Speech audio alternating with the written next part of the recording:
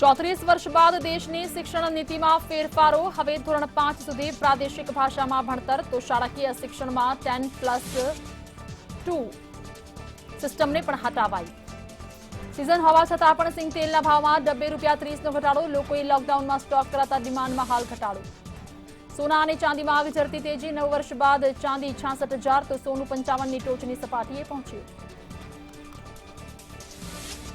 સુરતમાં મહાનગરપાલિકાના વધુ 10 કર્મચારીઓ પોઝિટિવ। રાજકોટમાં વધુ 6 લોકોના કોરોનાથી મોત તો જામનગરમાં 7 કેસ નોંધાયા। આણંદની અમૂલ ડેરીના નિયામક મંડળની 12 બેઠકોની ચૂંટણી 29 ઓગસ્ટે યોજાશે। આણંદ, ખેડા, મહીસાગરમાં યોજાશે ચૂંટણી। વ્હાઇટ રિટર્નની ફાઇલ હવે 30 સપ્ટેમ્બર સુધી વધારી દીધી। ત્રીજી વખત તારીખ લંબાવવામાં આવી।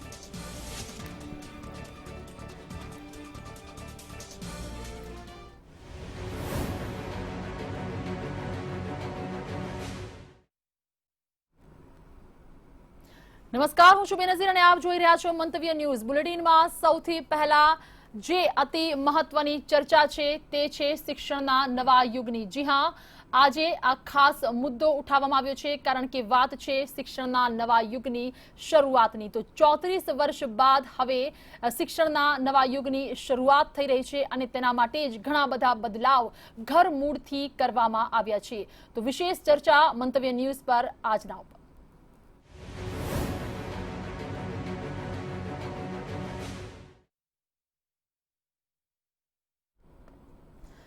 તો આખરે 34 વર્ષ બાદ જે રીતે ઘરમૂળથી શિક્ષણમાં ફેરફાર કરવામાં આવ્યા છે અને આ જ ફેરફાર બાદ તેનો સીધો ફાયદો વિદ્યાર્થીઓને થશે। નવી શિક્ષણ નીતિ જે રીતે હવે અમલમાં લાદવામાં આવશે। ઉચ્ચ અભ્યાસ માટે એક સિંગલ રેગ્યુલેટ હોવું જરૂરી છે। પહેલા વર્ષે સર્ટિફિકેટ, બીજા વર્ષે ડિપ્લોમા, ત્રીજા અને ચોથા વર્ષે ડિગ્રી એનાયત થશે। ઘણી બધી નવી વાતો સામેલ કરવામાં આવી છે। સૌથી પહેલા જે વાત છે તો તે છે 10+2 નહીં પણ 5+3+3+4 મુજબ આ નવી શિક્ષણ નીતિ રહેશે। એટલે કે 4 અલગ અલગ ભાગોમાં આ નવી શિક્ષણ નીતિ વહેંચાયેલી છે। આ સાથે જ ઘણા બધા નવા ફેરફાર પણ નવી શિક્ષણ નીતિમાં જોવા મળશે। બોર્ડ પરીક્ષાને પણ 2 ભાગમાં વહેંચવામાં આવશે। બોર્ડનો હાવ જે વિદ્યાર્થીઓમાં હોય છે તેને દૂર કરવાનો પણ નવી શિક્ષણ નીતિમાં પ્રયાસ કરવામાં આવ્યો છે। બાળકોના રિપોર્ટ કાર્ડમાં પણ ફેરફાર કરવામાં આવ્યા છે। નવા રાષ્ટ્રીય અભ્યાસક્રમને આધારે હવે ટોટલ જે ફ્રેમવર્ક છે તે તૈયાર કરવામાં આવશે। તો વર્ષ 2030 સુધીમાં દરેક બાળકના શિક્ષણને સુનિશ્ચિત કરાશે। 5મા ધોરણ સુધી પ્રાદેશિક માતૃભાષાને જ પ્રાથમિકતા આપવામાં આવશે। કોઈ પણ વિદેશી ભાષા ફરજિયાત કરવામાં નહીં આવે।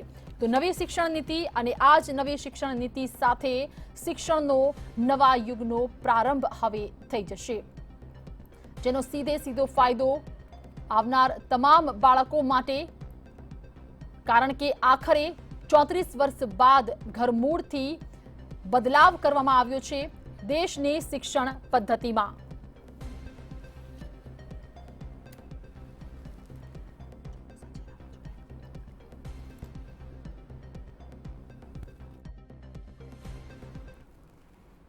તો દેશની શિક્ષણ પદ્ધતિમાં ઘરમૂળ ફેરફાર કરવામાં આવ્યો છે અને આ બદલાવ જે રીતે કરવામાં આવ્યો છે ઘણા બધા નવી વાતો પણ સામે આવી છે જેનો સીધો ફાયદો વિદ્યાર્થીઓને થશે, બાળકોને થશે। શું ફાયદા શું ગેરફાયદા તેને લઈને જ આ અતિ મહત્વની ચર્ચા મંતવ્ય ન્યૂઝ પર। ચર્ચા માટે ગેસ્ટ પેનલ આપણી સાથે જોડાઈ ચૂક્યા છે। ભાજપ તરફથી પક્ષ રાખવા માટે અમિત ઠાકર જોડાયા છે, સાથે જ કોંગ્રેસ નેતા ડોક્ટર મનીષ દોશી અને સાથે જ વાલી ધર્મેશભાઈ પટેલ। આપ સૌનું स्वागत मंतव्य न्यूज में।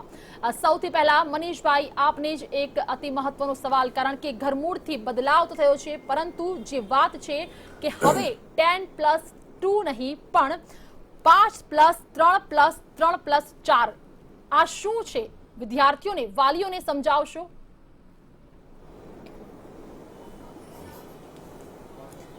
સૌથી અગત્યની તો એક વાત આપના માધ્યમથી કહેવા માંગુ છું કે 34 વર્ષથી બદલવાની વાત કરો છો તો બીજી શિક્ષણ નીતિ દેશ આઝાદ થયો 1950-51 પછી જે શિક્ષણ નીતિ આવી એ 1986 માં આવી હતી। કારણ કે શિક્ષણ નીતિ એ 1-2 વર્ષ 2 વર્ષ 3 વર્ષ માટે ન હોય। બાળક 1 વર્ષમાં દાખલ થાય તો 14 વર્ષ પછી એ બાળક નીકળતો હોય, અને 14 વર્ષ પછી એ બાળક એટલે 1, 2, 3 તબક્કામાં એટલે 30 વર્ષે તમને શિક્ષણ નીતિના ગ્રાફ વર્ટિકલ ને હોરિઝોન્ટલ જોવા મળતા હોય છે. પ્રથમ પ્રધાનમંત્રી પંડિત જવાહરલાલ નહેરુ, દેશ આઝાદ થયો 1950-51માં, અને પછી ત્યારે 20 વર્ષ પછી શિક્ષણની વ્યવસ્થા કેવી હોય, દેશ માટે શું કરવું પડે, ત્યારે તેમને નક્કી કર્યું કે ઇન્ડિયન ઇન્સ્ટિટ્યૂટ ઓફ મેનેજમેન્ટ જોઈએ, કારણ કે આ દેશ માટે જરૂર પડશે, ટેકનોક્રેટની જરૂર પડશે, ઇન્ડિયન ઇન્સ્ટિટ્યૂટ ઓફ ટેકનોલોજીની જરૂર પડશે. આ બધી પરિસ્થિતિ પછી જ્યારે અત્યારે શિક્ષણ નીતિ આવી છે, હું પ્રમાણિકપણે કહું છું, શિક્ષણમાં 30 વર્ષથી કામ કરું છું કે શિક્ષણમાં બદલાવ જરૂરી છે, પણ બદલાવ એવો ન હોવો જોઈએ કે જેના કારણે શિક્ષણનો ભોગ લેવાય, વિદ્યાર્થીનો ભોગ લેવાય, વાલીઓનો ભોગ લેવાય.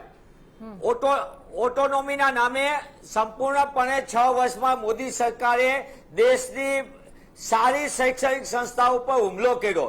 એ જવાહરલાલ નહેરુ યુનિવર્સિટી હોય કે દિલ્હી યુનિવર્સિટી હોય કે આપણે centre of excellence Indian institute of technology હોય બોમ્બે હોય, Indian institute of technology Delhi હોય કે પછી ઇન્ડિયન ઇન્સ્ટિટ્યૂટ ઓફ મેનેજમેન્ટ હોય, આ બધી સંસ્થાઓને તોડી નાખવા માટે કામ કરો અને પછી તમે શિક્ષણ નીતિ લાવો. મને એમ લાગે છે કે આ દેશ માટે વ્યાજબી નથી.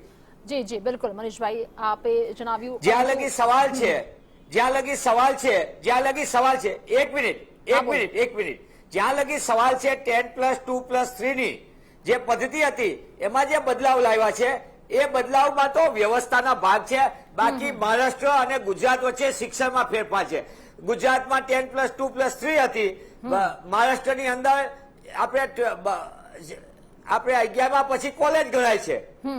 એટલે આ કોઈ બહુ મોટો બદલાવ નથી. પહેલા પણ આપણે પ્રી સાયન્સ હતું, પ્રી કોમર્સ હતું, પ્રી આર્ટ્સ હતું, એટલે કોઈ બહુ મોટો ફેરફારની નામે વાતો કરીએ એનાથી નહીં, પણ દેશનો વિદ્યાર્થી ઈચ્છી રહ્યો છે, દેશનો યુવાન ઈચ્છી રહ્યો છે, દેશના શિક્ષણ શાસ્ત્રી ઈચ્છી રહ્યા છે કે દેશની શૈક્ષણિક સંસ્થાઓને સ્વાયત્તતા મળે. જી જી બિલકુલ બિલકુલ. આપણે અમિતજીને પૂછીશું. અમિતજી, શું આપ માનો છો કે આ મોટો બદલાવ નથી જે રીતે મનીષભાઈ જણાવી રહ્યા છે? મનીષભાઈ એઝ અ કોંગ્રેસ પર્સન એ પોતાની ફરજ પૂરી કરી રહ્યા છે. શિક્ષણ નીતિ 34 વર્ષ પછી આ દેશને મળી છે. પાછી 2030માં અને 2040માં આનું સિંહાવલોકન કરી અને નવી નીતિ 2040 સુધીની નીતિ છે. દેશની અંદર જે આમૂલચૂલ પરિવર્તન લાવવું હોય તો શિક્ષણ પ્રક્રિયા વગર આવી ના શકે.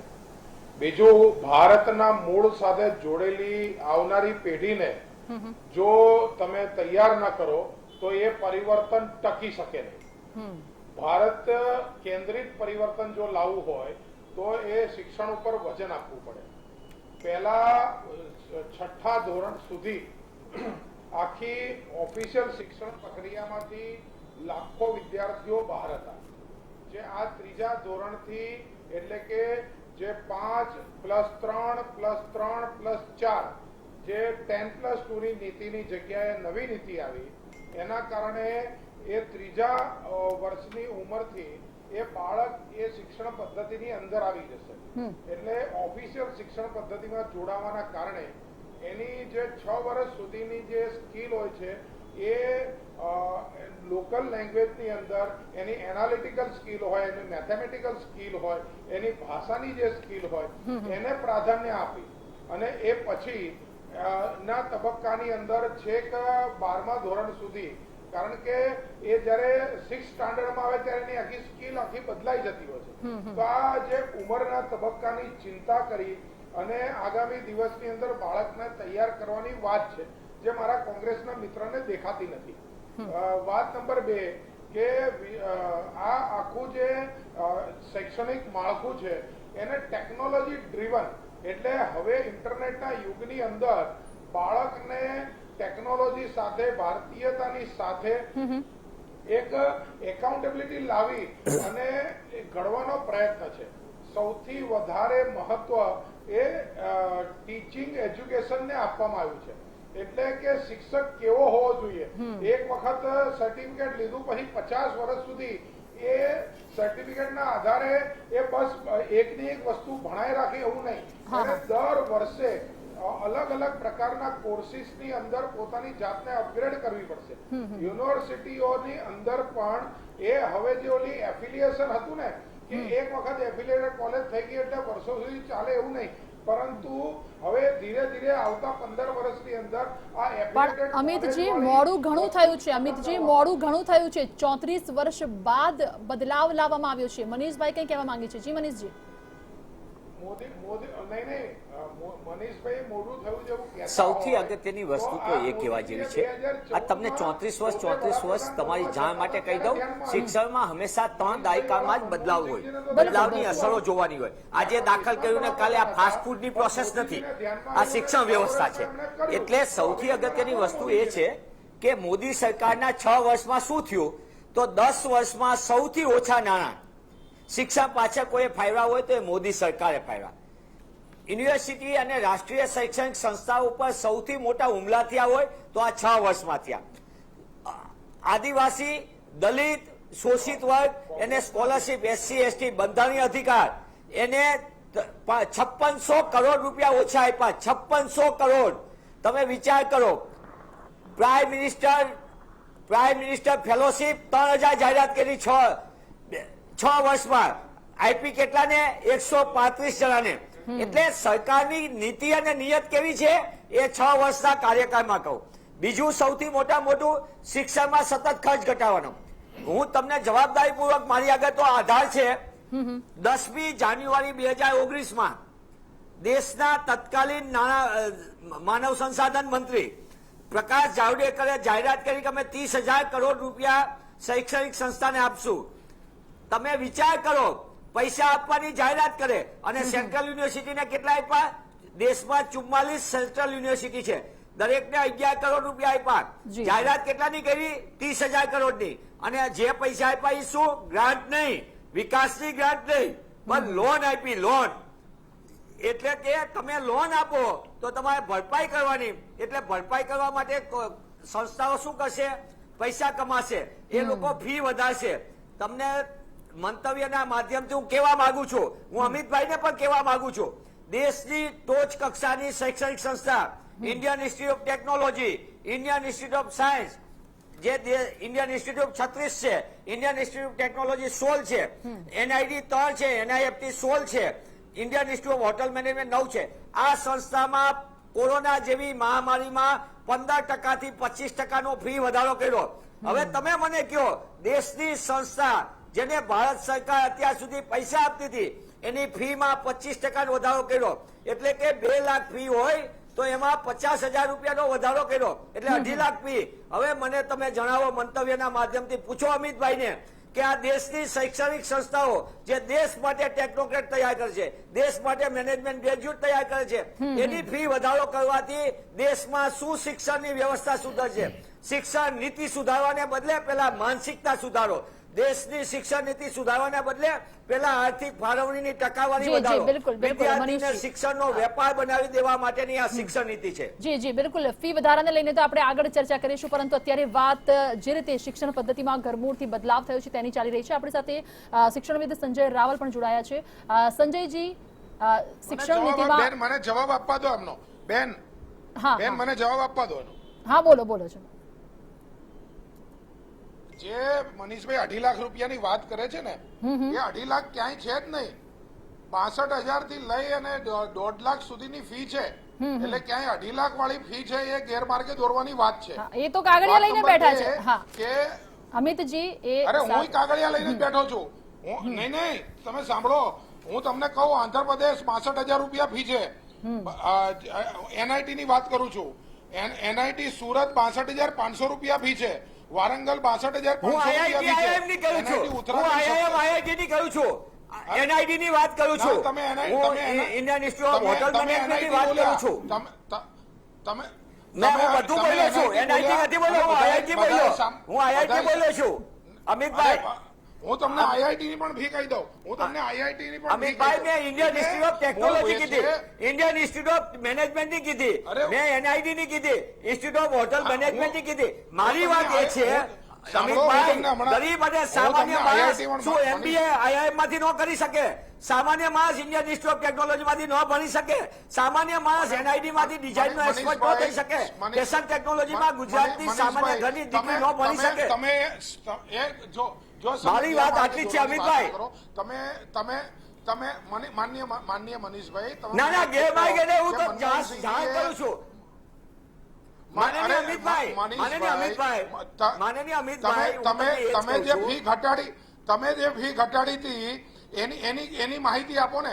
મનમોહનસિંહજીના 10 વર્ષના કાળમાં તમે કઈ ફીસ ઘટાડી એની મને વાત કરો. તમે કોઈ Yes, ફી ઘટાડી yes, નથી ક્યારે? yes. મને કહેવા દ્યો.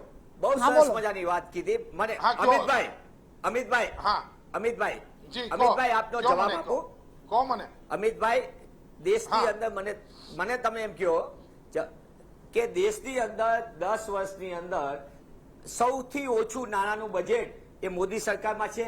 સત્તાવાર રીતે કહું છું, તમને જોઈ શકો છો. ના, એસસી એસટી ના ના, વિદ્યાર્થીઓની મનમોહનસિંહજીમાં જે એક 8600 કરોડની સ્કોલરશીપ થાય, મનમોહનસિંહમાં એમાંથી માત્ર 3000 કરોડ અને આપ્યા, મોદી 5600 સાહેબમાં કરોડની 4.7. ઘટાડ્યો. આ કોના કારણે છે?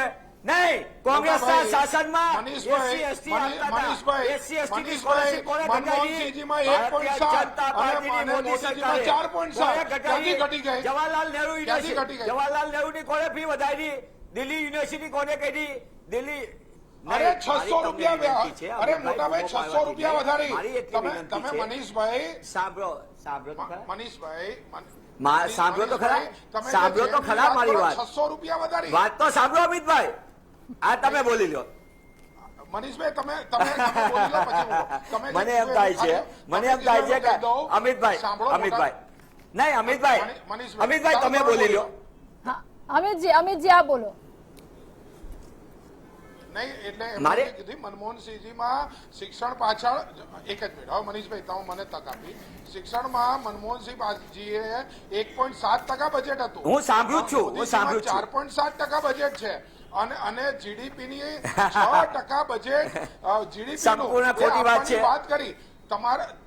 તમારા 1.7 અને મોદીજીના 4.7 આટલો ફરક છે. અને તમે જે આઈઆઈટી ની વાત કરી એની બી ફી હું અત્યારે તમને કહું કે મુંબઈ તમે 2.5 લાખ કહેતા હતા એ મુંબઈ મને બોલવા દેજો. મને બોલવા માટે તક આપજો. IIT Mumbai 1,19,000, Bhubaneswar 1,43,000, IIT Bhilai 1,08,000. હજી કોઈ 1,20,000 થી વધારે નથી. 2.5 લાખ નો આંકડો આપી અને લોકોની અંદર અનરેસ્ટ પેદા થાય, લોકશાહીને ખતરો આવે, આવું ન કરવું જોઈએ. Yes, હા yes. હા, બોલો મનીષભાઈ. હવે આપ બોલો. લોકશાહીને ખતરો. જવાહરલાલ નહેરુ યુનિવર્સિટી, દિલ્હી યુનિવર્સિટી, આ બધી સંસ્થાઓ પર હુમલો કર્યો. ઇન્ડિયન ઇન્સ્ટિટ્યૂટ ઓફ ટેકનોલોજીના 4 ડાયરેક્ટરને રાતોરાત રવાના કરી દો. ત્યારે લોકશાહી ઉપર ખતરો નહીં. દેશની સંસ્થાઓને તોડી નાખો, શૈક્ષણિક સંસ્થાને, ત્યારે લોકશાહી ઉપર ખતરો નહીં. દેશની અંદર 10 વર્ષમાં જો હું વચ્ચે નથી બોલ્યો, હું વચ્ચે જી, નથી જી. બોલ્યો, હું વચ્ચે નથી બોલ્યો, અમિતજી, આપણે પહેલા મનીષભાઈને સાંભળી લઈએ. અમિતભાઈ, હું નથી હા. બોલ્યો વચ્ચે. અમિતભાઈ, હું વચ્ચે નથી બોલ્યો. હા, બોલો મનીષભાઈ, બોલો. દેશની અંદર નેશનલ ઇન્સ્ટિટ્યૂટ ઓફ ડિઝાઇનના ડાયરેક્ટરને તમે રવાના કર્યા, ઇન્ડિયન ઇન્સ્ટિટ્યૂટ ઓફ ટેકનોલોજીના ડાયરેક્ટરને તમે રવાના કરી દો છો રાતોરાત. આ તમારી સ્વાયત્તા છે. તમને મનગમતા રિપોર્ટ નો આપે, તમે કયો તેમ કયાગ્રા તરીકે કામ ન કરે નિષ્ણાતો, તેમને તમે રવાના કરો છો. ઇન્ડિયન ઇન્સ્ટિટ્યૂટ ઓફ સ્ટેટિસ્ટિકલ સાયન્સના ડાયરેક્ટરને તમે રવાના કરી દીધા, કારણ કે દેશમાં સૌથી ઊંચો બેરોજગારીનો દર 45 વર્ષમાં એને આંકડા આપ્યા. એટલે તમે ઇન્ડિયન ઇન્સ્ટિટ્યૂટ ઓફ સ્ટેટિસ્ટિકલ જો હું વચ્ચે ન બોલો, વચ્ચે મેં નથી બોલ્યો અમિતભાઈ, હું રિસ્પેક્ટ થી કહું છું. મારી તમને વિનંતી છે કે મારે બે વસ્તુ મંતવ્યના માધ્યમથી બહુ સારી કેવી છે, હા, બોલો, જેથી કરીને લોકોને ખબર પડે કે દેશમાં શું થયેલું છે. દેશ આઝાદ થયો પછી 1950-51માં દેશમાં 32 યુનિવર્સિટી હતી. 2014-15માં 895 યુનિવર્સિટી નો વ્યાપ વધ્યો. દેશમાં 1950-51માં દેશમાં 700 કોલેજ હતી. અત્યારે 2014-15માં 42,300, જે યુપીએ સરકાર સુધીની વાત કરી રહ્યો છું, અને આ યુજીસીના ડેસ્કબોર્ડ ઉપર છે. 42,300 કોલેજોથી દેશમાં ઉચ્ચ શિક્ષણનો વ્યાપ વધ્યો છે.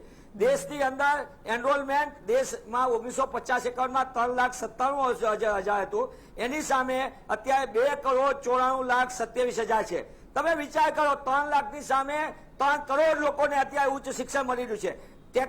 શિક્ષકો દેશ 1950-51માં 24,000 હતા. આજે દેશમાં 1,47,00,000 શિક્ષકો કામ કરી રહ્યા છે.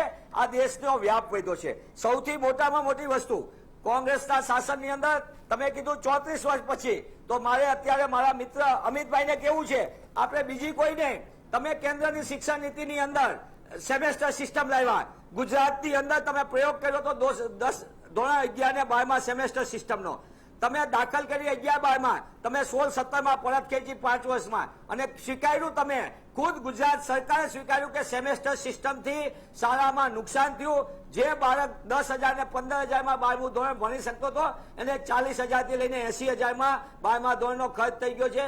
જેને પેલા બોર્ડની 1 પરીક્ષા આપવી પડતી હતી એને બોર્ડની 4 પરીક્ષા આપવી પડે. આ મારો રિપોર્ટ નહીં, ગુજરાત સરકારનો રિપોર્ટ છે. અને હવે દેશમાં તમે સેમેસ્ટર સિસ્ટમની વાત કરો છો. દેશની અંદર સૌથી મોટામાં મોટી વસ્તુ 1995 સુધી ગુજરાત શિક્ષણમાં 9મા ક્રમાંકે હતું. 2016-17માં ગુજરાત 19મા ક્રમાંકે. આ મારો આંકડો નથી, ભારત સરકારનો નેશનલ એચિવમેન્ટ સર્વેનો આંકડો છે. આ પરિસ્થિતિ પછી ગુજરાતની અંદર તમે કેન્દ્રની શિક્ષણ નીતિમાં કીધું કે ભાષાનો વ્યાપ વધારશું. ધોરણ 10 અને 12ના પરિણામમાં સૌથી વધુ નાપાસ. બિલકુલ મનીષજી, સૌથી વધુ તમામ ભાષા ગુજરાતીમાં નાપાસ થયા છે છોકરાઓ. જી બિલકુલ મનીષજી, ઘણી બધી ચર્ચા કરવી પણ છે, આગળના સમય દરમિયાન પણ કરીશું, પરંતુ અત્યારે આપણી સાથે શિક્ષણવિદ સંજય રાવલ પણ સાથે છે, તેમને પણ આપણે બોલવાનો મોકો આપીશું. સંજયજી, શિક્ષણમાં ફેરફાર, શિક્ષણમાં ઘરમૂળ બદલાવ, શું કહેશો આપ? અત્યારના સમય માટે કેટલું યોગ્ય અને આવનારા ભવિષ્ય માટે આ કેટલું ઉચિત રહેશે, કેટલું ફાયદાકારક રહેશે? એટલે નવી શિક્ષણ નીતિ અસ્તિત્વમાં આવશે એવી જાહેરાત કરવામાં આવી ઓફિશિયલ, અને એમાં સ્કૂલ કક્ષાએ એટલે 12મા ધોરણ સુધી એમાં પૂર્વ પ્રાથમિકને પણ સમાવી લેવામાં આવ્યું. એ ખૂબ સારી બાબત છે. જમાનાને અનુરૂપ, એટલે જેમ જેમ સમય બદલાતો જાય એમ જે ઉંમરના વયના બાળકોને જે રીતે જોડવાના હોય એ રીતનો ફેરફાર કરવામાં આવ્યો. અને 5+3+3+4 આ જે નવી સિસ્ટમ આપવામાં આવી એ હું માનું છું કે આવકારદાયક છે. એટલા માટે કે ઘણા સમય પછી આપણને પૂર્વ પ્રાથમિક, એટલે આપણે જે નવી ભાષામાં pre primary, senior KG, junior KG, પહેલું ધોરણ અને બીજું ધોરણ, આવો જે એક 5 વર્ષનો જે તબક્કો એ લોકોએ નક્કી કર્યો, એવું માનું છું કે નાના બાળકોના શિક્ષણને પણ, જેમાં લાઈફ સ્કિલની વાત કરવામાં આવી, એક્ટિવિટી બેઝ એજ્યુકેશનની વાત કરવામાં આવી, અને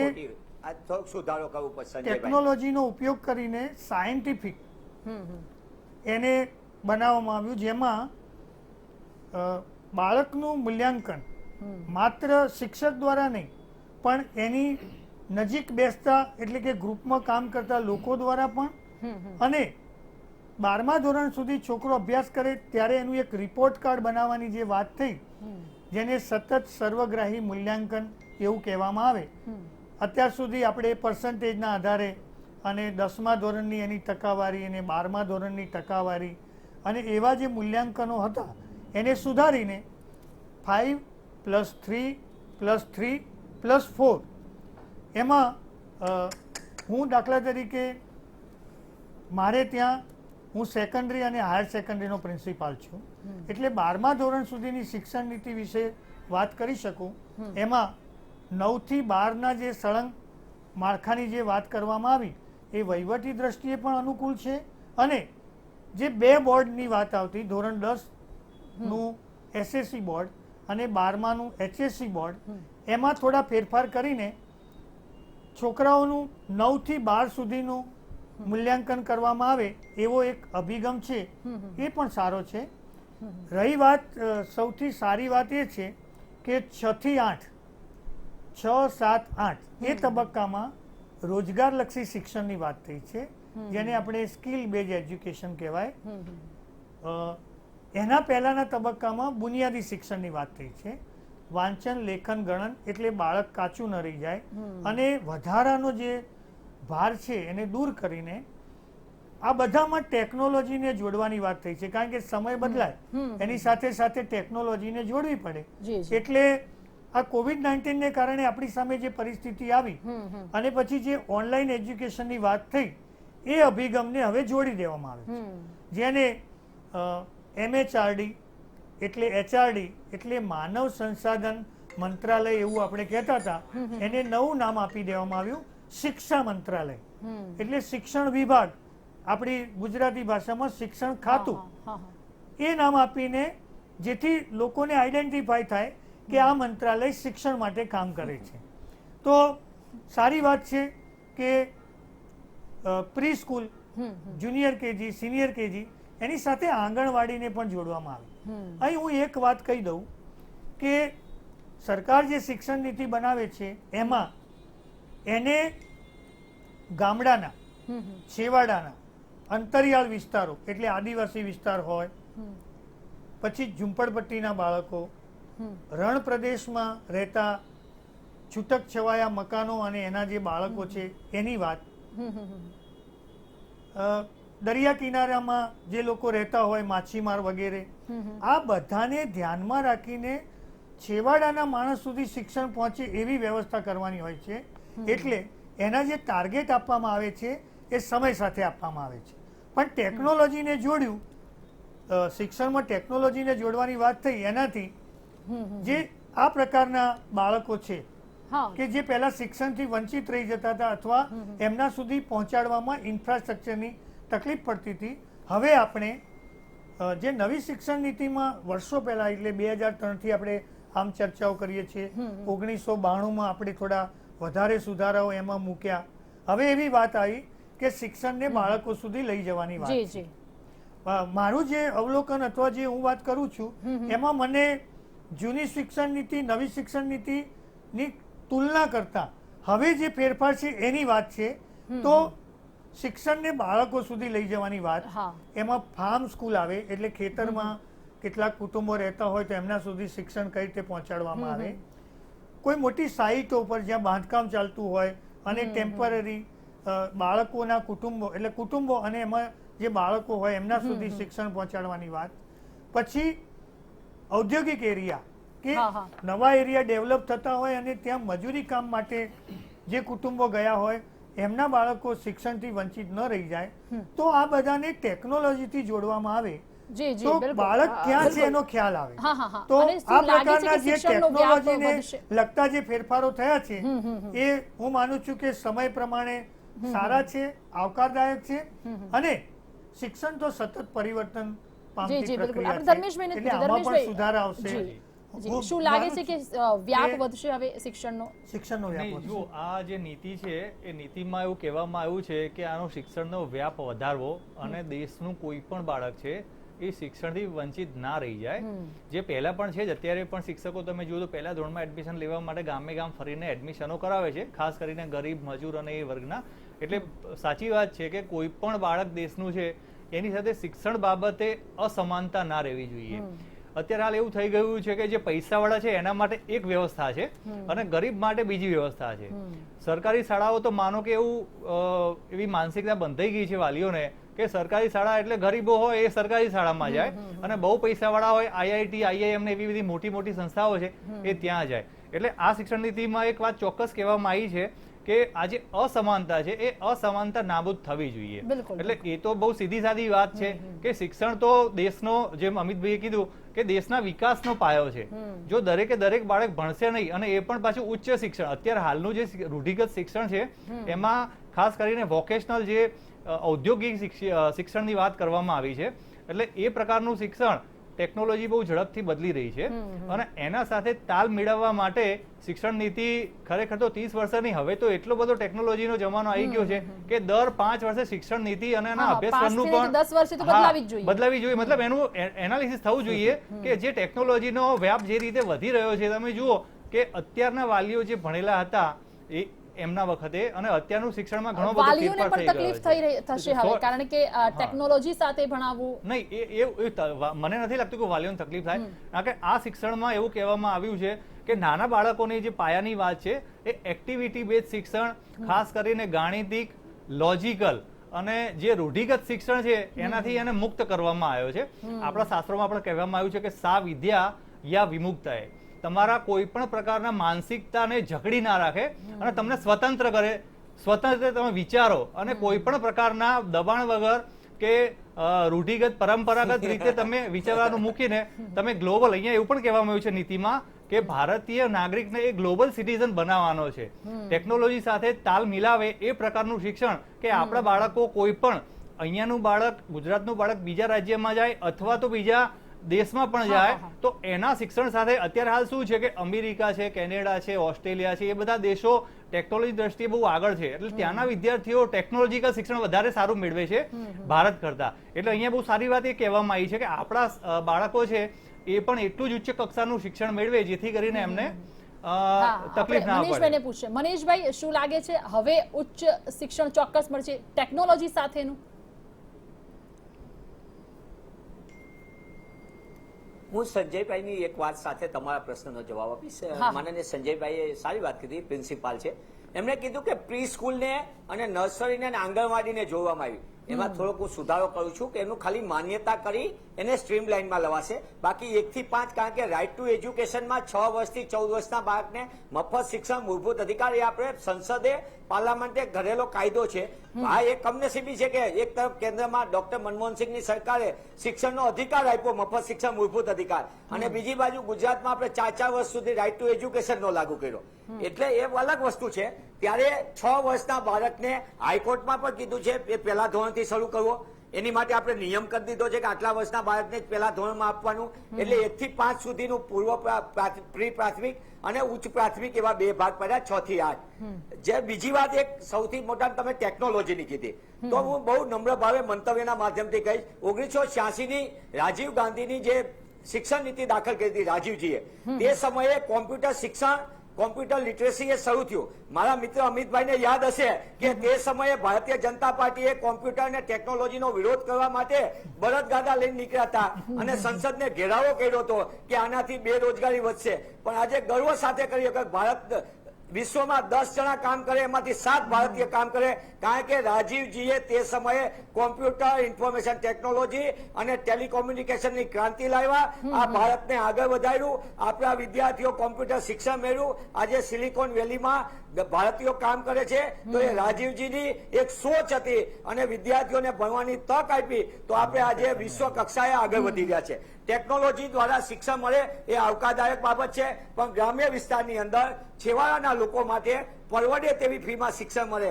કમનસીબે ગુજરાતની ભાજપ સરકાર શિક્ષણ પાછળનો ખર્ચ ઘટાડી રહી છે. ગ્રામ્ય વિસ્તારની શાળાઓ બંધ કરે. ગુજરાતમાં 6,000 શાળાઓ બંધ. એક જ મિનિટ 6,000 શાળાઓ બંધ કરવાનો નિર્ણય કર્યો છે.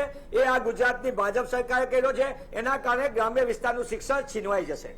જી જી, બિલકુલ બિલકુલ. અમિતજી, શું છેવાડા સુધી, ગામડાઓ સુધી ટેકનોલોજી ખરેખર પહોંચશે ખરું? આજે મારા જ્ઞાન, રિયલમાં જ્ઞાન, હું એમનો માન પણ આપું છું. રિયલમાં જ્ઞાની મિત્ર મનીષભાઈ ચર્ચાને ડિરેલ કરવાના માનસિકતા સાથે આવ્યા છે. એટલે એકચ્યુઅલી શિક્ષણ નીતિ ઉપર ચર્ચા જ ના થાય. મનીષભાઈ, ના, આપણે કરીશું. આપણે શિક્ષણ નીતિ પર જ ચર્ચા કરવાના છીએ. અમિતજી, નહીં, મનીષભાઈ પ્લીઝ તમે સમજો. તમે જે ફેક્ચ્યુઅલ તમે રિયલી અને ગુજરાતના લોકો પણ સમજે છે કે તમે સેન્સિબલ વાત કરતા હો છો. એટલે તમે સેન્સિબલ વાત કરતા હો છો. આજે તમે એવું કેમ કહો છો 6 થી 14 વર્ષ ને મનમોહનસિંહજીની સરકારમાં એ શિક્ષણના શું કહેવાય અધિકાર ની અંદર લાવવામાં આવ્યું હતું. હવે અત્યારે તમે કહો છો કે એ મનમોહનસિંહજીએ કર્યું, જે નવું એડ થયું છે એ 6, અરે તમે જે કેવા ફેક્ચ્યુઅલ ગેરમાર્ગે દોરો છો એ આ છે કે એ 6 થી 14 વર્ષ હતા. ગઈકાલે જે શિક્ષણ નીતિ થઈ એમાં 3 વર્ષથી શરૂ થયું.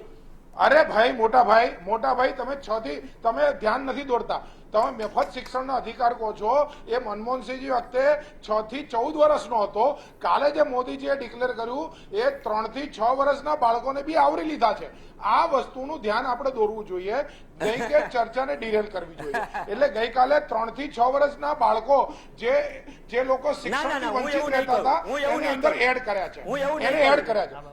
સાંભળો એને એડ તમે આ સ્વીકારો ને સાહેબ કે 3 થી 6 વર્ષના બાળકો જે શિક્ષણથી વંચિત એની એડ કર્યા છે. હવે અરે ભાઈ એડ કર્યા છે ને, તમે સ્વીકારો ને, અભિનંદન આપો. હવે વાત નંબર 2 કે જે આખી વસ્તુ છે ને કે, અને બીજી, કારણ કે તમે વસ્તુ ઉઠાવો ને હું જવાબ ના આપું તો જનતાને ભારતીય જનતા પાર્ટી માટે ખોટી મેસેજ જાય. તમે શિક્ષણ નીતિ ઉપરાંત તમે કીધું કે રાજીવ ગાંધી કોમ્પ્યુટરની વાત કરી અને ભાજપે કીધું કે અમને કોમ્પ્યુટર, સાંભળો, અમને કોમ્પ્યુટર ચિપ્સ જોઈએ છે, અમને પોટેટો ચિપ્સ નથી જોઈતી. કારણ કે રોજગાર તો નહીં હોય.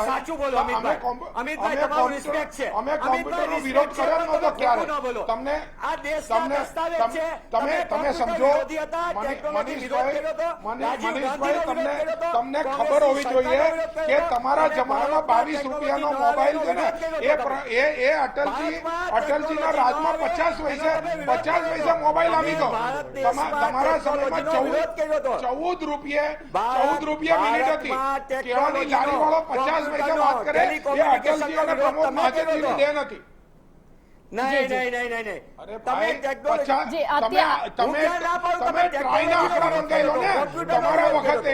તમારા વખતે 14 રૂપિયા હતી, જે અટલજી વખતે 50 પૈસા હતી.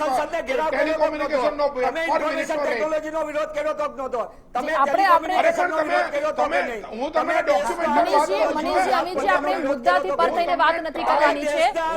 ટેકનોલોજીની વાત તો આગળ થશે. 50 પૈસે પર મિનિટ અટલજી 14 રૂપિયા પર મિનિટ. તમે કોમ્પ્યુટર શિક્ષણનો વિરોધ કર્યો હતો કે નહીં? તમે દેશમાં અમે સ્વદેશીની વાત કરી હતી. અમે કીધું હતું ભાઈ કોઈ વિરોધ ના કરી શકે.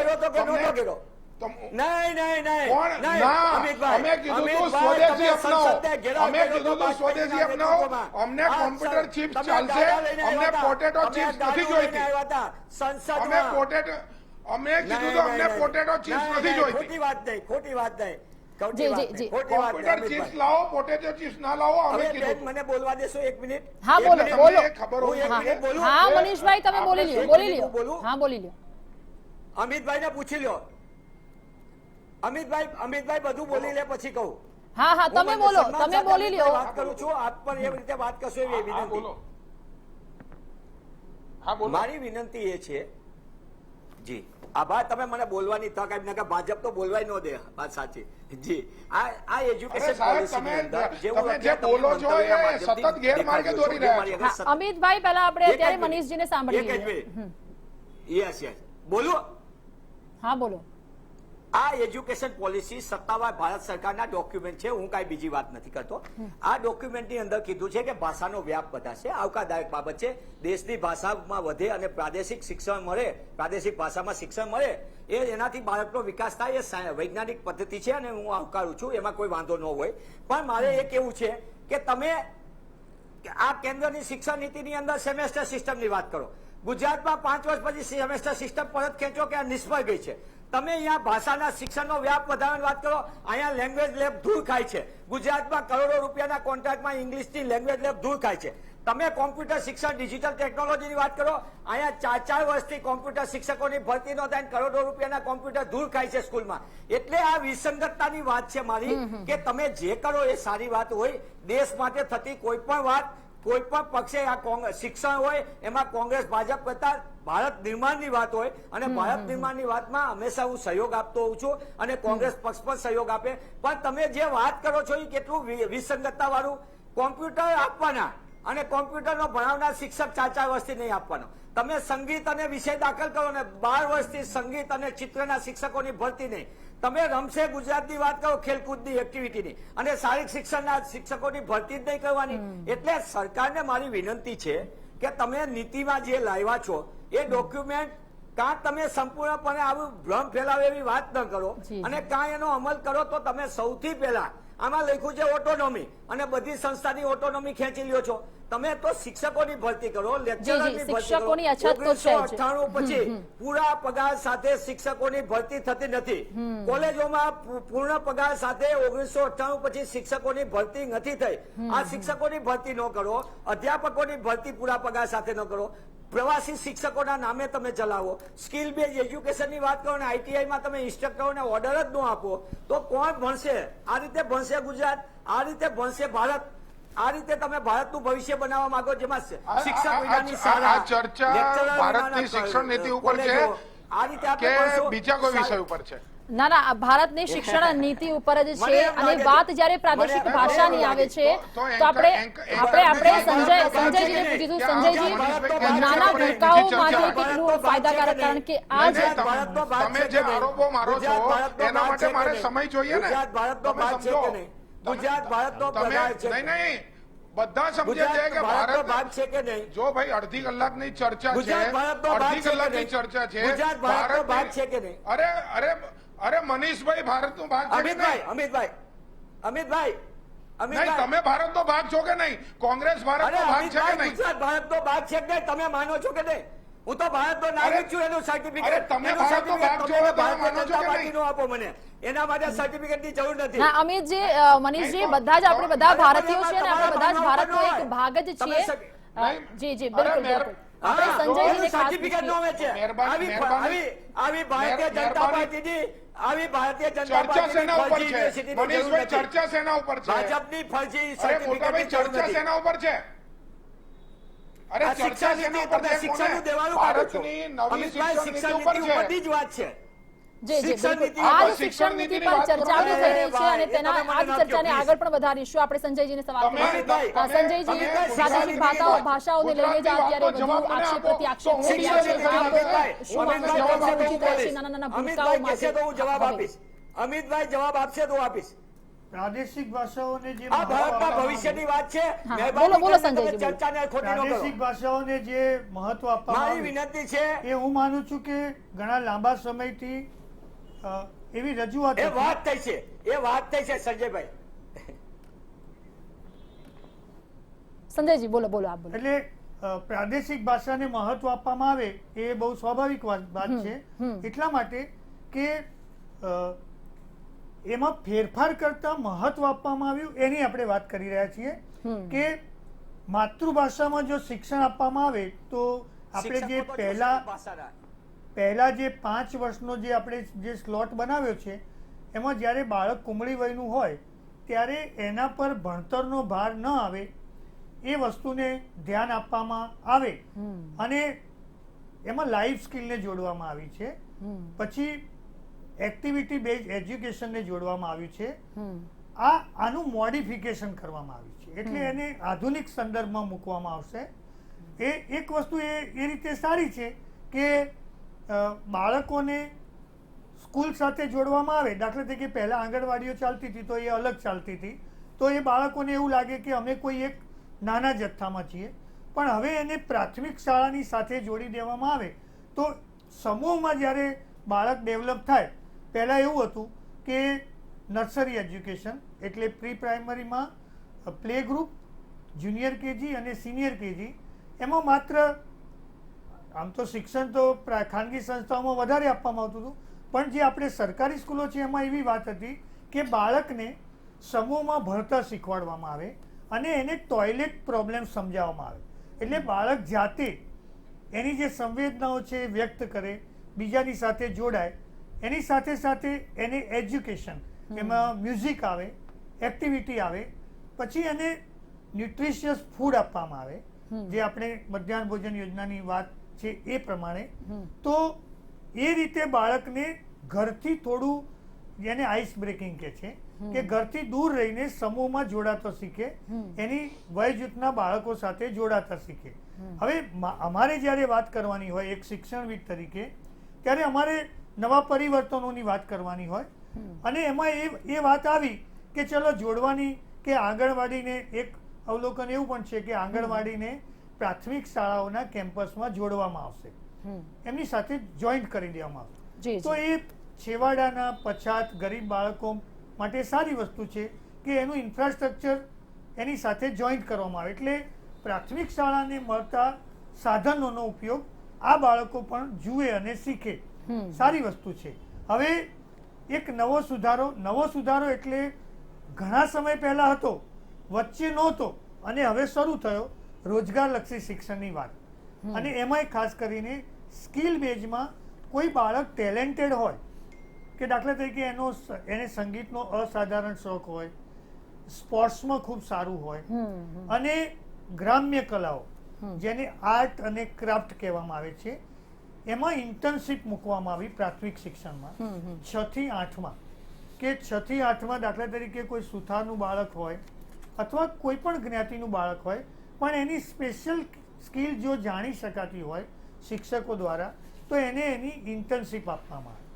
તો હું માનું છું કે 8 ધોરણ પૂરા કરે અને પછી એ બાળક બહાર નીકળે તો એને રોજગાર મેળવવા માટે જેને આપણે રોજગારલક્ષી શિક્ષણ એવું સ્થાનિક ભાષામાં અથવા દેશી ભાષામાં કહીએ તો એ એક નવો અભિગમ અપનાવવામાં આવશે જે પહેલા ટેકનિકલ એજ્યુકેશનના નામે ઓળખાતું હતું પણ એ અમુક જ સ્કૂલોમાં આપવામાં આવતું હતું. અહીં બધી સ્કૂલોને આવરી લેવામાં આવશે તો એ પણ એક સારો અભિગમ છે કે બાળક વધારે ન ભણે તો કંઈ નહીં પણ એની આજીવિકા રળવામાં અથવા એને જે ગમે છે એ ફિલ્ડમાં જવામાં એને તકલીફ ન પડે. તો આ એક સારો સુધારો છે. 9 થી 12માં આપણે સેકન્ડરી અને હાયર સેકન્ડરી અને ઘણા બધા વિસંવાદિતાઓ હતી. નવી શિક્ષણ નીતિમાં એ બાબત ઉપર ભાર મૂકવામાં આવ્યો છે કે 9 થી 12નું જે એજ્યુકેશન છે એને જોડી દઈને બાળકની જે ચેઇન એટલે સતત મૂલ્યાંકનની પ્રક્રિયા છે એ જોડાય અને એનું એક રિપોર્ટ કાર્ડ બને. રિપોર્ટ કાર્ડમાં એવું આવે કે અત્યાર સુધી આપણે માત્ર ભણવાની વાતને જ મહત્વ આપતા હતા અને માર્કશીટમાં માત્ર એના ગુણ આવતા હતા એટલે માર્ક્સ લખવામાં આવતા. પછી થોડો સુધારો કરીને આપણે એમાં ઇન્ટરનલ માર્ક્સને જોડ્યા. હવે આપણે આ સ્કિલને પણ જોડી એટલે એનું પણ વેલ્યુએશન થાય એટલે બાળકના સર્વાંગી વિકાસની વાત આવે નવા જમાનાને અનુરૂપ. એટલે અને પછી એન્ટ્રન્સ એક્ઝામની વાત આવે કે બાળકને જે ફિલ્ડમાં જવું છે ફોરેનમાં આ સિસ્ટમ છે હાયર એજ્યુકેશનમાં ક્રેડિટ સિસ્ટમ કે બાળક આટલી ક્રેડિટ ભેગી કરે એટલે એને ગ્રેજ્યુએશનની ડિગ્રી મળે. એમાં પણ 2 ભાગ પાડવામાં આવે કે નોકરી માટે વાંછિત લોકોને 3 વર્ષનો કોર્સ 12મા ધોરણ પછી અને જે લોકો આગળ ભણવા માંગે છે અથવા એક્સપર્ટ થવા માંગે છે અથવા સ્પેશિયલાઇઝેશન કરવા માંગે છે એમના માટે 4 વર્ષનો કોર્સ. પણ મેજર અને માઇનોર એટલે પહેલા એવું હતું કે દાખલા તરીકે હું સાયન્સમાં છું તો હું જ્યારે ભણ્યો ત્યારે મને મેથેમેટિક્સ એટલે એ ગ્રુપની સાથે મને બીજા 2 સબ્જેક્ટ સાયન્સના જ આપવામાં આવે. જ્યારે આ નવા પરિવર્તનમાં એવું છે કે તમે ભલે મેથેમેટિક્સ રાખો પણ તમને જો મ્યુઝિકમાં ઇન્ટરેસ્ટ હોય તો તમે માઇનોર તરીકે તમે સાથે મ્યુઝિક અથવા કોઈ એક બીજી કલાને પણ લઈ શકો છો. અને બધી કલાઓને ઇક્વિટી ગ્રેડેશન એટલે ઇવેલ્યુએશન એટલે દાખલા તરીકે કોઈ મ્યુઝિકમાં ગ્રેજ્યુએટ થયો હોય તો એને પણ એટલું જ વેઇટેજ અને એટલું જ સન્માન મળે. ગ્રેજ્યુએટ થઈ જશે પણ શું લાગે છે વેટેજ મળશે? ધર્મેશભાઈ આપને પૂછવા માંગુ છું કે એક વાલી તરીકે શું આપને લાગે છે એક તરફ શિક્ષકોની અછત જે રીતે સંગીત અને ચિત્રની વાત કરી રહ્યા છે પરંતુ બીજી બાજુ વેટેજની પણ વાત થઈ રહી છે, શું મળશે ખરા? જો શિક્ષકોની અછત તો બહુ જગ જાહેર છે કે જ્યારે સરકારી શાળાઓમાં શિક્ષકો ઘટતા હોય તો પછી વાલીઓને પરાણે ખાનગીકરણ તરફ જવું જ પડે છે. આરટીઈની વાત કરી કે આ દેશના દરેક બાળકને 6 થી 14 વર્ષના એ શિક્ષણનો મૂળભૂત અધિકાર છે અને એ પણ મફત શિક્ષણનો. પરંતુ કેટલી સરકારી શાળાઓ છે કે જ્યાં વાલીઓ પોતાના બાળકોને ખાસ કરીને આપણે શહેરી વિસ્તારની વાત કરીએ તો કાયદા જે છે એ પોલિસી તો ખૂબ સારી છે પરંતુ સવાલ એ છે કે આ પોલિસી જે છે એ કેટલા સમયમાં લાગુ થશે અને એના પરિણામો. અત્યારે હાલ ઉદાહરણ તરીકે વાત કરીએ તો રાઇટ ટુ એજ્યુકેશનનો કાયદો તો અમલમાં છે જ, તો દરેક બાળકને શું સમાન અને સરકારી શાળાઓ છે તો સરકારી શાળાઓ જ્યારે ખોલવાની જગ્યાએ બંધ થઈ રહી છે, આપણે ગુજરાતમાં છેલ્લા લગભગ 10 વર્ષની વાત કરીએ તો 13,000 સરકારી શાળાઓ તો બંધ થઈ. એટલે સરકારે આ ડ્રાફ્ટમાં એક ખાનગીકરણને પ્રોત્સાહન આપ્યું છે. ખરેખર તો વાલીઓની અપેક્ષા એવી હતી કે સરકારી શાળાઓ, સરકારી કોલેજો ખુલે. જીએસટી આવ્યા પછી વાલીઓ અને નાગરિકો ટેક્સ વધારે ભરતા થયા છે. 18% 28% ટેક્સ વાલીઓ વધારે ભરે છે પહેલા કરતા. ફી વધારો, ટેક્સ વધારો. તો આ બિલમાં વાલીઓને જે ખિસ્સાની રાહત, ભણતરનો ભાર તો બરોબર છે, પરંતુ વાલીઓના ખિસ્સાનો ભાર ઓછો થાય એવી કોઈ પણ વાત હજુ સુધી કરવામાં નથી આવી. એટલે હું અમિતભાઈને વિનંતી કરું છું કે એ હજુ કોઈ પ્રપોઝલ આપવાનું બાકી હોય તો સરકારી શાળા અને સરકારી કોલેજો કેમ દરેક એરિયામાં ના ખુલી શકે? સરકારની તો પ્રાથમિક જવાબદારી છે શિક્ષણ અને આરોગ્ય. તો શા માટે વાલીઓએ પરાણે ખાનગીમાં જવું પડે અને લાખો રૂપિયાની ફી આઈઆઈટી, આઈઆઈએમ આ બધી સંસ્થાઓમાં તો અત્યારે એવું થયું છે કે ગરીબ માણસ તો ભણી જ શકવાનો નથી. ડોક્ટરની વાત કરીએ તો ડોક્ટર સામાન્ય માણસ વાલીઓના કિસ્સા ચોક્કસ ખાલી થઈ રહ્યા છે. અમિતભાઈ જણાવો આપ. હા, એટલે ધર્મેશભાઈ ને વિથ ગ્રેટ રિસ્પેક્ટ હું કહું કે ધર્મેશભાઈ આંકડો જોવો જોઈએ, કેટલી બંધ થઈ અને કેટલી ખુલી. તો જે બંધ થઈ એનાથી ખુલીની સંખ્યા વધારે છે. કોઈક જગ્યાએ જીઓ જે રચના હોય એમાં ત્યાં આગળ બાળક જ ના મળતા હોય, ત્યાં બંધ થતી હોય છે. ક્યાંય બાળક હોય ને સ્કૂલ બંધ થઈ એવું ક્યાંય નહીં હોય. આ ચર્ચાનો આ એક નાનકડો જવાબ છે. હવે બીજું એટલે અને બીજું કે કોઈ પણ જગ્યા એવી નથી કે જ્યાં પબ્લિક હોય અને સ્કૂલ ના હોય. પૂરતા પ્રમાણમાં નથી. નામ પૂરતી માનો કે આપણે વાત કરીએ તો નામ પૂરતી ગામડામાં શાળા છે એવું નથી. પણ એ ગામડાના લોકો કેમ એ શાળામાં નથી જતા? ચર્ચા નથી એવું કારણ કે અમે તમારા માટે જ કામ કરીએ. એવી શાળાઓ નથી કે જે શાળામાં આપણે આપણું બાળક જેમ ખાનગીમાં કેમ વાલી તરત જ મૂક્યા હોય છે, તો ખાનગીમાં જાય છે શું કરવા? જાય છે શું કરવા?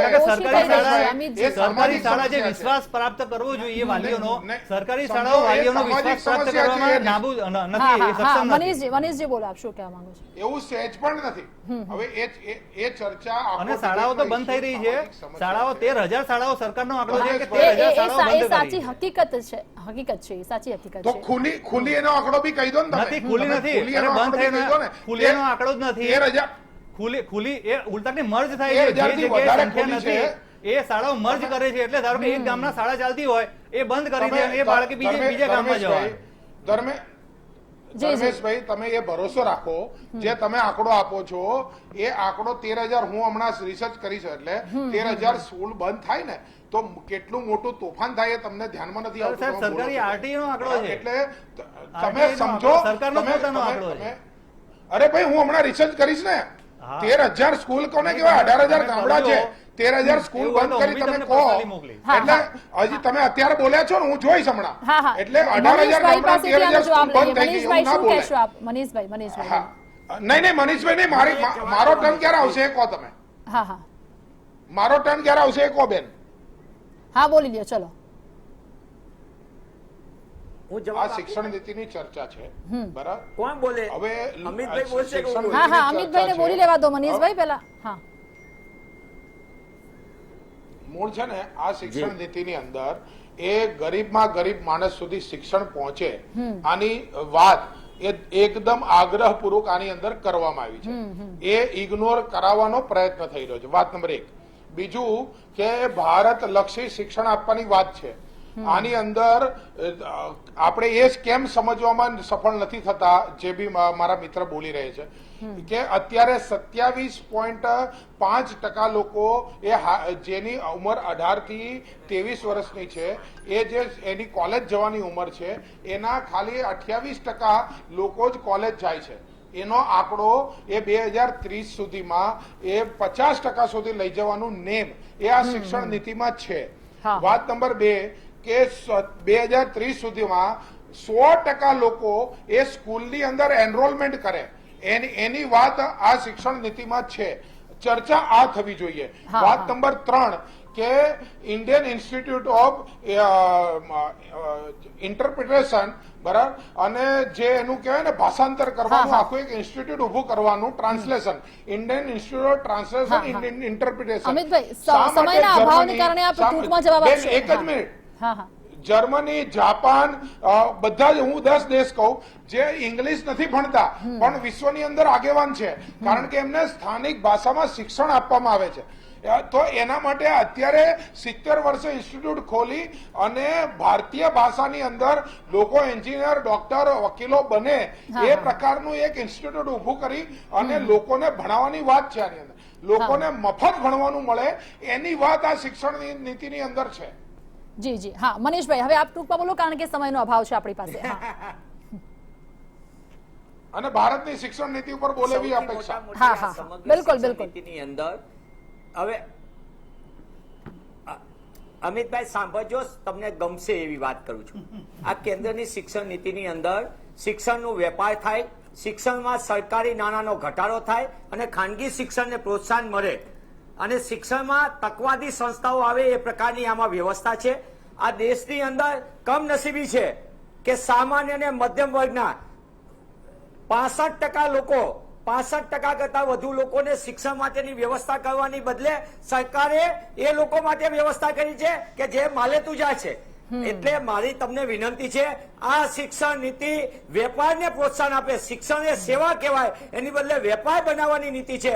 એટલે મહેરબાની કરીને આ વ્યાપારિક હેતુની બદલે એનો પુનઃવિચાર થાય, શૈક્ષણિક સંસ્થાઓને સ્વાયત્તતા મળે ને ખીલવા મળે. તમારું આ કોંગ્રેસનું તમારી નિવેદન છે. માનસિક એજન્ડા, જો વચ્ચે નથી બોલ્યો પ્લીઝ. સૌથી મોટું 1900 અત્યારે દેશની અંદર દેશ આઝાદ થયો પછી 1961 પહેલા સેન્સસ પ્રમાણે દેશમાં 29% સાક્ષરતા દર હતો. આજે દેશની અંદર 73% સાક્ષરતા દર છે. એને ગૌરવ સાથે કહું છું કે સતત સાતત્ય સાથે કોંગ્રેસે નેતૃત્વ આપ્યું, શિક્ષણનો વ્યાપ વધ્યો. મારી મિત્રને વિનંતી છે અમિતભાઈ, આને તમે હકારાત્મક લ્યો, સામાન્ય માણસને શિક્ષણનો અધિકાર મળે એ દિશામાં વિદ્યાર્થીને કેન્દ્રમાં રાખીને વ્યવસ્થા કરો. આજે આખી નીતિની અંદર સરકારી, તમે શૈક્ષણિક સંસ્થાને પૈસા આપશે તો શું કીધું, એજ્યુકેશન લોન આપશું. અરે કોઈ સંસ્થાને ગ્રાન્ટ આપવાની હોય, યુજીસી ગ્રાન્ટ આપતી હતી, કોલેજો સારા કોલેજોને ગ્રાન્ટ આપવાની હોય, યુનિવર્સિટીને ગ્રાન્ટ આપવાની, એને બદલે લોન આપશે. લોન આપે એટલે તમારે પે કરવાની, એટલે તમારે ફી વધારો કરવાનો. એટલે મહેરબાની કરીને જૂઠાણા ન ફેલાવો. શિક્ષણનો વેપાર બનાવતી આ નીતિ દેશનો સામાન્ય અને મધ્યમ વર્ગ શિક્ષણનો વ્યાપ પણ વધશે. મનીષભાઈ, અમિતજી, શિક્ષણનો વ્યાપ પણ વધશે અને બાળકોમાં અને વિદ્યાર્થીઓમાં જે હાવ છે તે પણ ઓછો ચોક્કસ થશે એવી આશા રાખીએ આપણે આ નવી શિક્ષણ પદ્ધતિથી. આપ તમામ અમારી સાથે જોડાયા, ચર્ચામાં ભાગ લીધો તે બદલ આપ સૌનો ખૂબ ખૂબ આભાર.